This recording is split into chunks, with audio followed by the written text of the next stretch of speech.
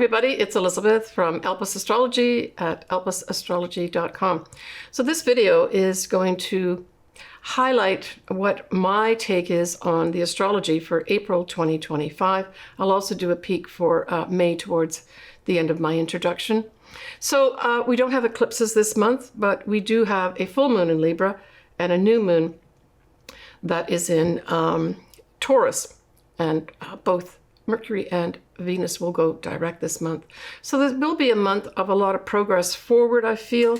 At least the inkling of seeing, okay, I see where we're going to go now. And where we're going to go with that, I'll talk about in a minute. So we also have Neptune that is going to be in Aries all month. And every time I look at, the glyphs for both Neptune itself and Aries, I'm always thinking of the Knights Templar.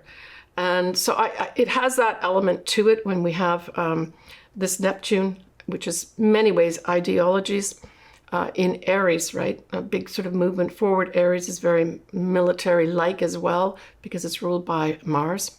So there is that element of it. But there's also another element with this too. And it can be great creativity, right? Individual creativity, unique new ideas. And we're getting that from the Aries part of it, right? The Neptune part can bring up music, for instance. There may be some really unique individuals, that's the Aries, creating beautiful music. Maybe even art could be put in here too. Films fall in this category as well. So when we look at the 6th of April, we've got a lovely transit, and that is the Sun sextile Jupiter. And so this is a great day to get together with friends, for instance. It's also a great day to grow new ideas. So if you want to pick a day, say out of the month, that would be ideal to start something new or to maybe bring in some initiatives with other people. That 6th of April is going to be really good for you. And of course, these days that I'm going to be giving you really fall into Pacific time, right? So that's a really great thing to have. We also have the next day on the 7th of April, we have Mercury now going direct at 26 Pisces, 50 minutes. And this may be a day when secrets come out.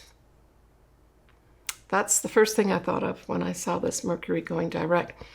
And just to let you know the background of how I think about that, Mercury is about communications of any sort, right? It's also our thoughts too. Some people forget that. But the Neptune part can be, say with this, going retrograde, a Mercury retrograde in Pisces can actually be hidden things being hidden from you. Well, now with Mercury going direct in Pisces, those secrets are going to pop out. So expect that day, either individually or collectively, right, on the world stage. Now, the other thing about this degree of 26 Pisces is, if you recall last year in September 2024, we had our first Pisces eclipse, and it was at 25 Pisces.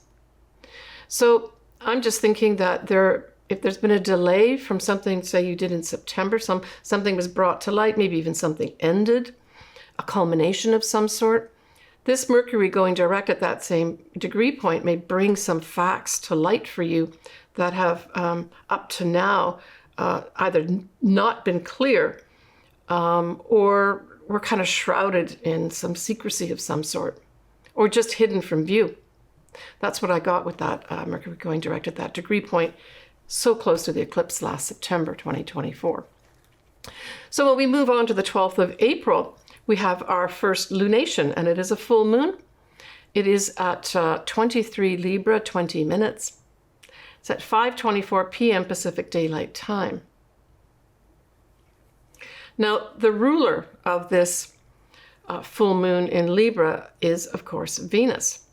And notably, that same day, the 12th of April, that Venus is going to be going direct. And it will go direct at 24 degrees, Pisces, 37 minutes, at 6:04 p.m. on the 12th of April. So that Venus is going direct is tied in intimately with that full moon. I'm thinking that probably this could have something to do with a female. I really got this strongly that a female is going to be stepping in here at this full moon. and able to take some action of some sort. Now, if you bring it out to sort of a more generalized areas of life, Venus can represent love, for instance. So there may be some folks say that maybe had some issues in this department, love that is. And the Venus going direct will give you an understanding of where you're really at.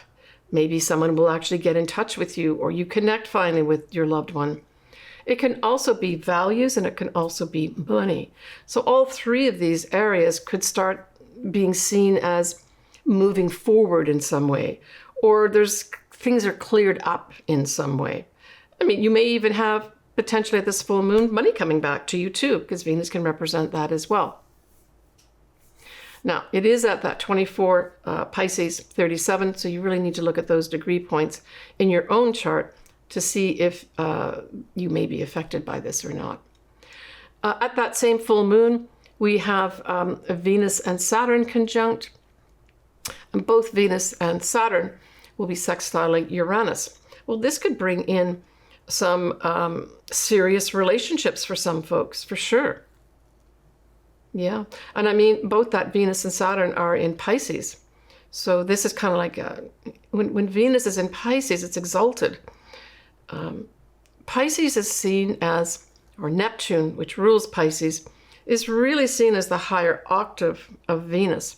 So this full moon for some folks could be bringing in, even though it's a full moon, some kind of ideal love of some sort, right? Or maybe a soul mate type thing. And it may come in unexpectedly because we've got that sextile with Uranus. It's almost like sudden opportunities to have some real tangible love in your life. But it can also be sudden tangible opportunities to make some money, right? We have also sextiling Uranus, we will have Mars.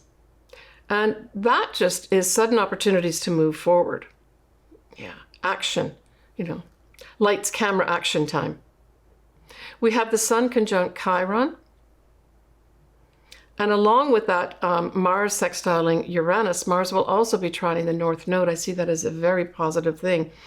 This full moon could bring in some clear actions and maybe ideas regarding where our future destiny is. That type of thing, right? Now, the moon will widely trine Jupiter at this time. So this is positive energy, basically, growth in emotional types of things, right? Now, because that moon, that full moon, is in Libra, and Jupiter can rule things like the law, and Libra can rule laws, there may be something come up at this full moon regarding laws of some sort. And in fact, there may even be some laws brought in at this time, or new laws made at this time. The law itself may favorably step up here and do something very positive. We have Pluto in a wide sextile to Neptune, and this kind of configuration is going to be on and off for a little while too. I've mentioned it before, but this is very positive. This is positive opportunities to develop maybe new ideals.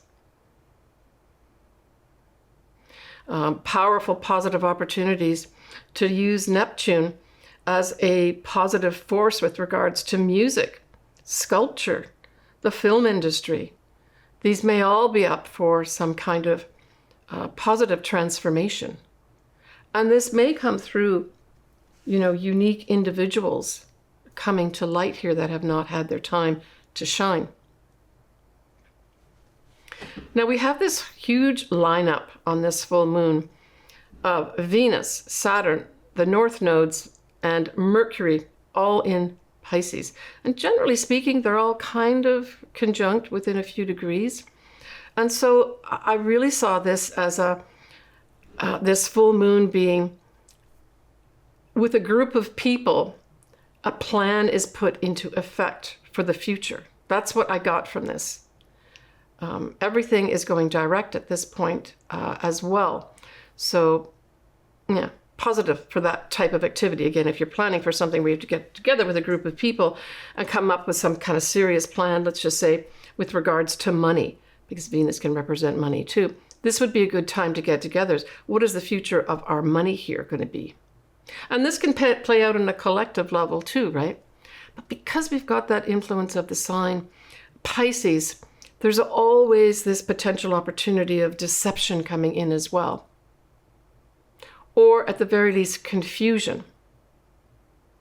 But it's a powerful setup with that Saturn sort of tempering everything and saying, let's make this real, for this to be turning out in a positive way, right? And, you know, that huge lineup that I just mentioned has Mars at 22 degrees of Cancer on this full moon, trining all these planets within a few degrees. And so this again says action, right? Movement forward with regards to getting serious about our money, getting serious about what's important for us, what is it we want to attract in for our future, and talking about it and taking action with the Mars. On the 19th of April, we have that Mars moving to Leo, right? Fire sign Leo. And so we have the Sun now squaring that Mars. So this can bring in frustrations, basically. Somebody wants to move forward. Now that Sun can represent an important male in the world. And the square to Mars says movement forward is delayed, or there's a challenge to moving forward with some plans. And because we're talking about that Mars now being in Leo, right, on the 19th of April, not in Cancer anymore, these could be viewed as edicts, right? I mean, Leo is seen as, you know, Leo the lion. It's seen as the royal sign, right? The king, the queen. But the king or queen is going to have some challenges here with regards to moving forward. There's a block that's going to happen on that 19th of April. So certainly if you've got these degrees, so we really are talking at about 0-1 degree here, right? That you should consider carefully not moving forward with stuff maybe that particular day if you've got these degrees.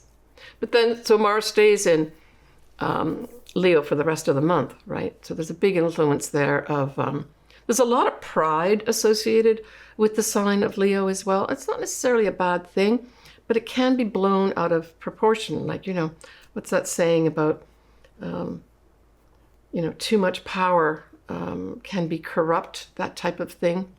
I'm not giving the exact, but someone could put the exact phrase in there. But that, it can go as high as that, as pride gets blown up, right? There could be someone insisting on having their own way and not listening to anybody. You don't want to behave that way that day for sure. All right. We have then coming up here on the 20th of April, for those that celebrate Easter, that's it. It's on the 20th of April this year. So happy Easter to everybody. Now, when we look at Venus and Saturn, as we already talked about them being together in Pisces, they are exact in Pisces on the 25th of April.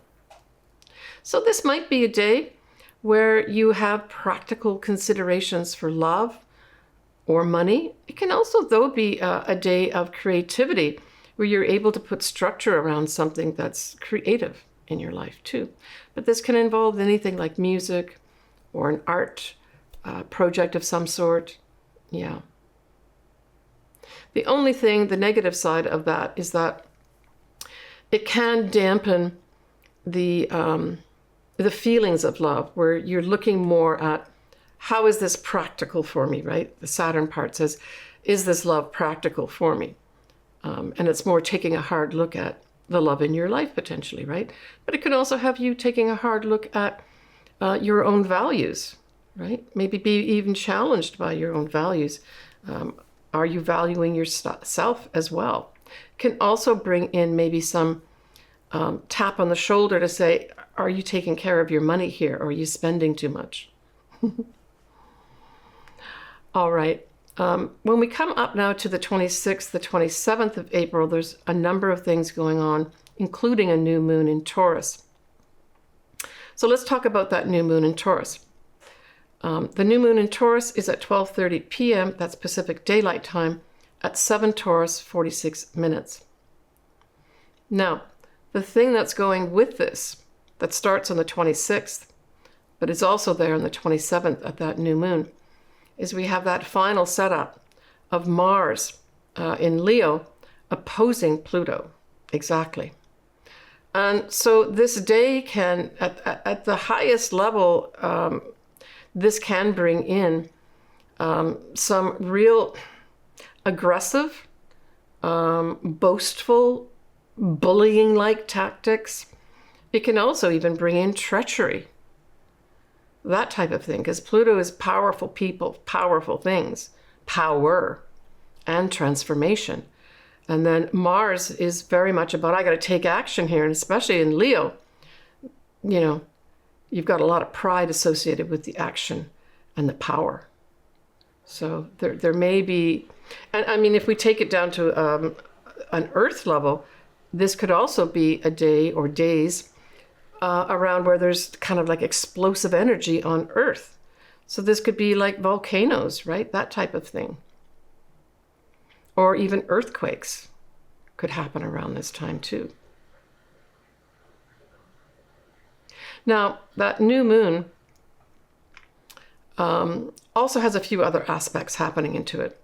So we have Mercury, that's, as we know, already going direct, is going to be out of shadow that day as well.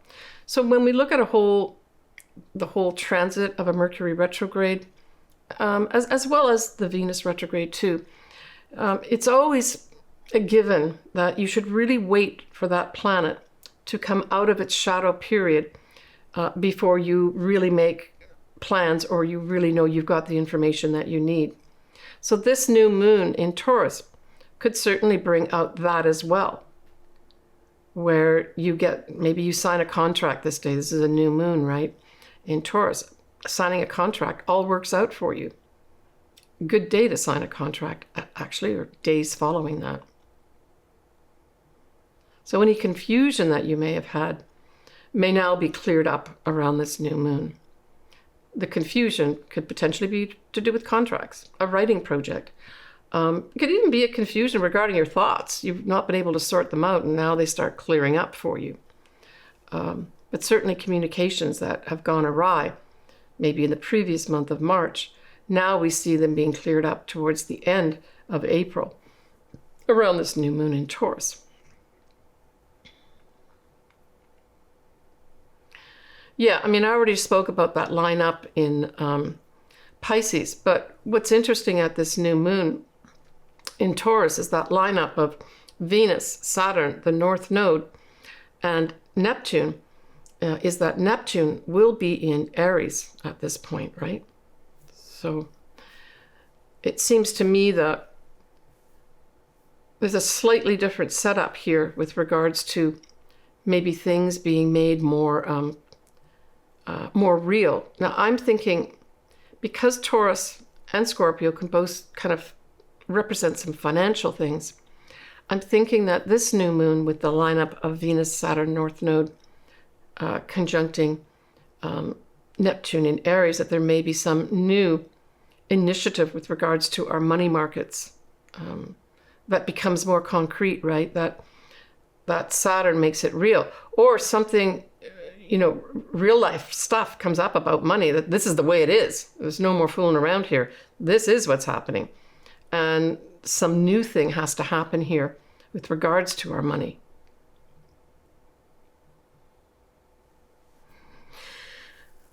So we talked about that Mercury going out of shadow. Just to let you know, Venus will also go out of shadow, but it's not going to be till mid-May. We have Neptune is going to be widely trining that Mars that is in Leo. So now we're looking at Neptune that is going to be in Aries, and the Mars is going to be in Leo. And I think that's a lovely setup. Again, this can go back to those beautiful things that Neptune represents, which is music, many forms of art, dance, the film industry, Even our own hopes, dreams, and wishes. Maybe get some action going forward here, right? So if you do have something, say, around that 1 degree of Aries, and that Mars, which is at around 4 degrees of Leo, this may be a great day, this new moon in Taurus, to see some of your dreams moving forward.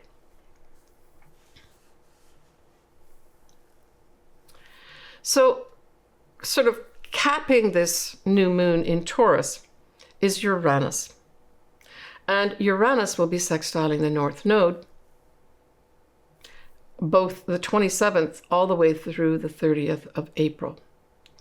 So this just says to me, there's sudden opportunity to break free and to move into a new path for your future. It also can represent scientific breakthroughs, or both of these things. Certainly opportunities, that's the sextile part. To break free, that's Uranus. Together with that North Nodes, it's to break free of something that maybe been holding you back, where you've not been able to get on your future destiny path. These few days, 27th to 30th of April, could really be fantastic for you, right? So we're really looking at around this Uranus is around 26 of Taurus, and then the North Node's at 26 of Pisces. Yeah. I think it's going to be both. Scientific breakthroughs are going to come through towards the end of April, but also all of a sudden, sudden opportunities just go whoosh. We're breaking free here. All right. So now let's go into the individual sun signs and or ascendants. I suggest you look at both. Do your ascendant first to see what areas of life are being affected, and then getting more information using your sun sign. But it's entirely up to you, whatever really resonates with you. So Taurus, that full moon in Libra is going to be in your 6th house. And you know, your ruler, which is Venus, goes direct that same day. This could be a really lucky day for you, Taurus, especially since you've got a new moon happening this month too. Talk about that in a minute. But I really like that. So the full moon in Libra for you in the 6th house, it could be a few things. Certainly if you are involved in any kind of diplomatic work of any sort, it's part of your job. This could, because with Venus is going direct, there could be some real breakthroughs this day. If you are involved in, say, some legal matter, or the legal matters attached maybe to signing a contract in a new job, even though it's a full moon. The full moon could be the wrap-up of negotiations, and you all sign on the dotted line. That's represented by that full moon. But the other thing that the 6th house can represent is our health. Any aspect of your health, typically we look at, you know, how we take care of our bodies, whether it's through nutrition and or, you know, exercise, movement of some sort, right? But it's also our mental health too. So there may be something that comes to light, you know, there may be a tap on your shoulder, that something comes up for you. Or if you have been undergoing some kind of maybe therapy of some sort for better health, this could be the end of that, where you see real results of what you've been doing. Certainly Libra always seeks harmony as well as balance in life. So that word balance may be important for you as well at this full moon. Now the new moon, of course, is in your sign, Taurus, so Happy New Year to all my Taurians. It is in your 1st house. So the other aspects that we actually have happening that day, especially when we look at, say, your ruler Venus will be very closely conjunct to Saturn, and also the North Nodes, and also Neptune, which is in Aries. So that new moon could bring in a couple of things for you. It could bring in a serious relationship for those that are looking for it. It could bring in some serious money your way. So when we talked earlier about your full moon in the 6th house, hey, maybe if you are negotiating something, we look now towards the new moon, towards the end of April, where it all comes together in a really good way for you. You get the money that you want. But it can, as I said, bring in a serious relationship. For others, it could also be a time if you're wanting to break up with somebody, that Saturn and Venus together could be getting real about a relationship, right? The rose-colored glasses fall off. But like I said, there's a number of things it could play out. That same time of that new moon, we have Uranus still in your sign, but it's kind of edging out pretty soon, sextile to that Venus and Saturn. So this brings in unexpected opportunities for some Taurians to have a new love, a serious new love come into your life. For others, it could be where you decide you have the opportunity to walk away from a relationship. It can also bring in some opportunities to earn maybe some serious money, or for you to become more serious about how you spend your money.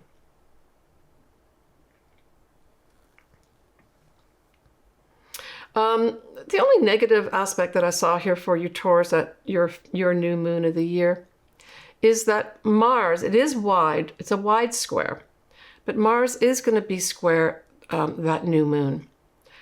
And so this could bring in a little bit of frustrations where you want to make a new start, but you have to take care of some business to begin with. There's some activity that you've got to take care of before you can move ahead with whatever newness you want to bring into your life here. Yeah. But hey, a new moon in your first house, like I said, it ushers in this whole new start to your year. So happy new year to you, Taurus. Take care. Okay. I'm wishing everybody a happy Easter. Sending everybody lots of love. And seek out happiness and harmony this month is what I would say is your watchwords.